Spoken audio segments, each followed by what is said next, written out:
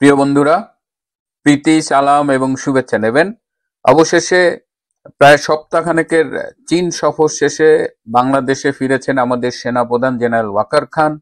তার এই চীন সফর নিয়ে কিন্তু ব্যাপক কৌতূহল ছিল অনেকেরই মধ্যে, যে বিশেষ করে যে মুহূর্তে বাংলাদেশ মোটামুটি আমেরিকার একটা পুতুল হিসেবে পরিগণিত হচ্ছে, আমেরিকার কাছে নিজেদের সার্বভৌমত্ব বলা যায় এক ধরনের বিকিয়েই দিয়েছে, আমেরিকার সাথে একটা নন ডিসক্লোজার এগ্রিমেন্টের বাণিজ্য চুক্তি করেছে, সেই মুহূর্তে এই চায়না সফরটা ডেফিনেটলি আমাদের কাছে একটা গুরুত্ব বহন করে এই হিসেবে যে বাংলাদেশ যদি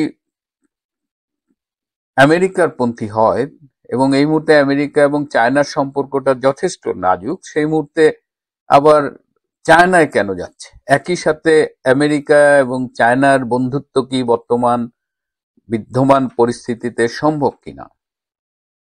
আমরা আইএসপিআর এর যে প্রেস বিজ্ঞপ্তিটা দেখেছি, সেখানে লিখেছেন যে তিনি এই যে সপ্তাহখানেক চায়নায় ছিলেন, জেনারেল ওয়াকার কোথায় কোথায় গিয়েছেন, কোথায় কোন অস্ত্র কারখানা পরিদর্শন করেছে, কোথায় কাদের সাথে দেখা করেছে যারা আমাদের বাংলাদেশ আর্মিকে ট্রেন আপ করে এই প্রযুক্তি আর্মসের বিষয়ে, এসব কথা বলা হয়েছে। কিন্তু এটা এটা হলো পাবলিককে মানে জানানোর জন্য, কিন্তু এর আড়ালেও অনেক ঘটনা ঘটেছে।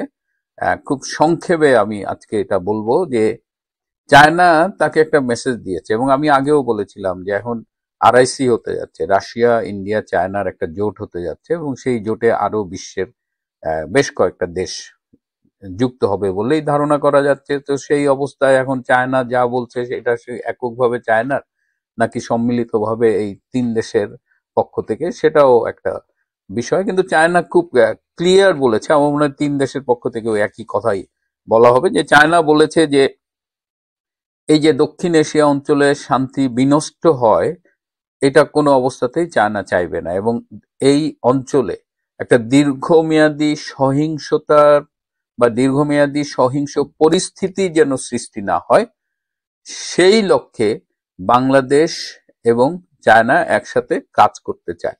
It's very important. তার মানে এই বাংলাদেশ বা দক্ষিণ এশিয়ার এই অঞ্চলে একটা দীর্ঘমেয়াদী সহিংস পরিস্থিতির সৃষ্টি হওয়ার একটা সম্ভাবনা বা ঝুঁকি তৈরি হয়েছে। সেইটা কেন চায়না বলল?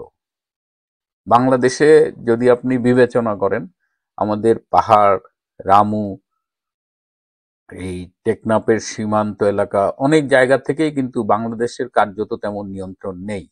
কোথাও বিচ্ছিন্নতাবাদী গোষ্ঠী, কোথাও এই কি আরাকান আর্মি, আবার এর মধ্যে আমেরিকান আর্মি এই মুহূর্তে বাংলাদেশে কত হাজার আছে এটা আমরা কেউ বলতে পারি না। শোনা যায় যে বেশ কয়েক হাজার আমেরিকান আর্মি বাংলাদেশে অবস্থান করছে। তো এই অবস্থায় এই স্বভাবতই আমাদের প্রতিবেশী রাষ্ট্র ইন্ডিয়া কিংবা এই অঞ্চলের গুরুত্বপূর্ণ দেশ চায়নার তো ডেফিনেটলি একটা মাথা ব্যথা থাকবে, এবং সেই মেসেজটাই জেনারেল ওয়াকারকে দেওয়া হয়েছে এইসব অস্ত্র কারখানা, এইসব ভেজালের মধ্যে মূল। কিন্তু যেটা হয়েছে যে এই সময়ে জেনারেল ওয়াকারের এই চায়না সফরটা নিয়ে কিন্তু আমেরিকা খুব বেশি খুশি হতে পারেনি। আমেরিকা, বলা যায় যে আমেরিকা ক্ষুব্ধ হয়েছে যে তার কেন চায়না যাওয়ার দরকার হলো। তো কেন জেনারেল ওয়াকার চায়না গেলেন, কোন হিসেবে? কারণ চায়না যে মেসেজটা দিয়েছে এইটা খুব স্বাভাবিক, এবং এটাই হবে। আমাদের বাংলাদেশকে কেন্দ্র করে আমেরিকা একদিকে থাকবে, আর বাকি তিনটা সুপার পাওয়ার যাদের কথা বললাম, রাশিয়া, ইন্ডিয়া, চায়না, তারা একদিকে থাকবে, এবং এই মাঝখানে বাংলাদেশ পড়ে এর কি অবস্থা হবে যাই না। তবে ফেরার পথে জেনারেল ওয়াকার ফেরার পথে সিঙ্গাপুরে ঢুকেছিলেন, এবং সিঙ্গাপুরে বেশ কিছুটা সময় তিনি কাটিয়েছেন, এবং সিঙ্গাপুর থেকে তিনি আমেরিকান কর্তৃপক্ষের সাথে যোগাযোগ করেছিলেন, এবং সেখানে তিনি তার চায়না সফর সম্পর্কে একটা মানে ব্যাখ্যা দিয়েছেন। হ্যাঁ, তিনি আমেরিকান কর্তৃপক্ষকে বোঝানোর চেষ্টা করেছেন তিনি কেন চায়নায় গিয়েছিলেন, এবং সেই ব্যাখ্যাটা দিয়ে তারপরে তিনি বাংলাদেশে এসেছেন, এবং তিনিও ফিল করেছেন যে America didn't like his China tour at this stage. তো দেশে ফিরে আইএসপিআর একটা প্রেস বিজ্ঞপ্তি দিয়েছে। আজকে সকালে আবার ডক্টর ইউনূসের সাথে জেনারেল ওয়াকার দেখা করেছেন। তিনি দেখা করে এই চায়নার সফরের ব্যাপারে ডক্টর ইউনূসকে ব্রিফ করেছেন এবং ডক্টর ইউনূসকে তিনি আরো আরো কিছু কথা বলেছেন, এবং তিনি বলেছেন যে সামাজিকভাবে বর্তমানে বাংলাদেশ সেনাবাহিনীর বিরুদ্ধে ব্যাপক অপপ্রচার চালানো হচ্ছে সামাজিক মাধ্যমে, এবং এই অপপ্রচার চালানোর কাজে নাকি আর্টিফিশিয়াল ইন্টেলিজেন্সকেও ব্যবহার করা হচ্ছে। এবং তিনি বলেছেন যে বাংলাদেশের স্বাধীনতা সার্বভৌমত্ব রক্ষায় বাংলাদেশ সেনাবাহিনী অটল থাকবে। আর বলেছে কোনো অবস্থায় দেশে মব জাস্টিস মেনে নেওয়া হবে না, মব জাস্টিস সম্পূর্ণ কন্ট্রোল করা হবে। এই এতক্ষণ যা বললাম যাই হোক এটা ঠিক আছে, কিন্তু জেনারেল ওয়াকার যখন বলেন যে দেশে মব জাস্টিস কন্ট্রোল করা হবে, তখন আসলে এটাকে মনে হয় যে এই একটা খুব বড় রকমের কৌতুক মনে হয়। তিনি এটা পারবেন না, বা পারলেও তিনি করবেন না। আর তিনি ডক্টর ইউনূসকে অ্যাসিওর করেছেন যে বাংলাদেশ সেনাবাহিনীর সমর্থন এই অন্তর্বর্তীকালীন সরকারের প্রতি অব্যাহত থাকবে।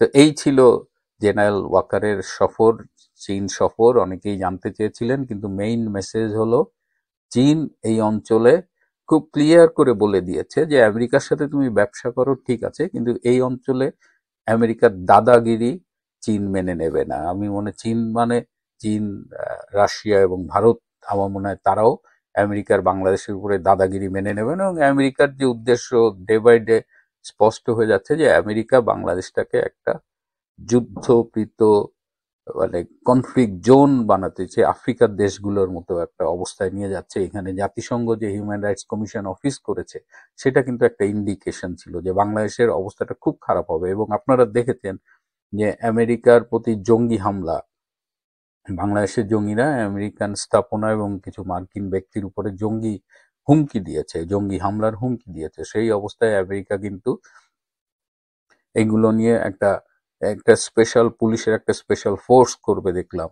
সেই ফোর্সটা শুধু আমেরিকান লোকজনদের নিরাপত্তা দেবে তা না, তারা বিরোধী দলীয় রাজনৈতিক মতামত দমনেও ব্যবহৃত হবে। এবং আফ্রিকার বিভিন্ন দেশে এই পুলিশের স্পেশাল ইউনিটটা আছে, তো সেই ইউনিটটাও বাংলাদেশে এখন করার চেষ্টা করা হচ্ছে। তার মানে বাংলাদেশটাকে আসলে আমেরিকা কোথায় নিয়ে যাচ্ছে? এই ইউনূস আমেরিকার দালালি করতে গিয়ে বাংলাদেশকে ক্রমশ অধঃপতনের দিকে নিয়ে যাচ্ছে। এবং এই অঞ্চলে আমেরিকা যদি এককভাবে মনে করে যে বাংলাদেশকে তারা নিয়ন্ত্রণ করবে, তাহলে সেটা সম্ভবত সম্ভব হবে না, এবং সেক্ষেত্রে আরো জটিলতা তৈরি হবে। সুতরাং আমাদের সতর্ক থাকতে হবে। বাংলাদেশ প্রেমিক যে শক্তিগুলো আছে, রাজনৈতিক দলগুলো আছে, তাদের হাতকে শক্তিশালী করতে হবে। এবং এই অঞ্চলে বাংলাদেশের মানে যে পররাষ্ট্রনীতি, সবার সাথে বন্ধুত্ব, কারোর সাথে শত্রুতা নয়, সেটি মেনে এগিয়ে যেতে হবে। আমেরিকা যদি মনে করে এইখানে এককভাবে দাদাগিরি করবে, তাহলে তাদের সে স্বপ্ন ভঙ্গ হতে বাধ্য। প্রিয় বন্ধুরা, আজ এ পর্যন্তই। ভালো থাকবেন, সুস্থ থাকবেন, তার চেয়েও জরুরি হলো নিরাপদে থাকবেন। সবাইকে অনেক ধন্যবাদ।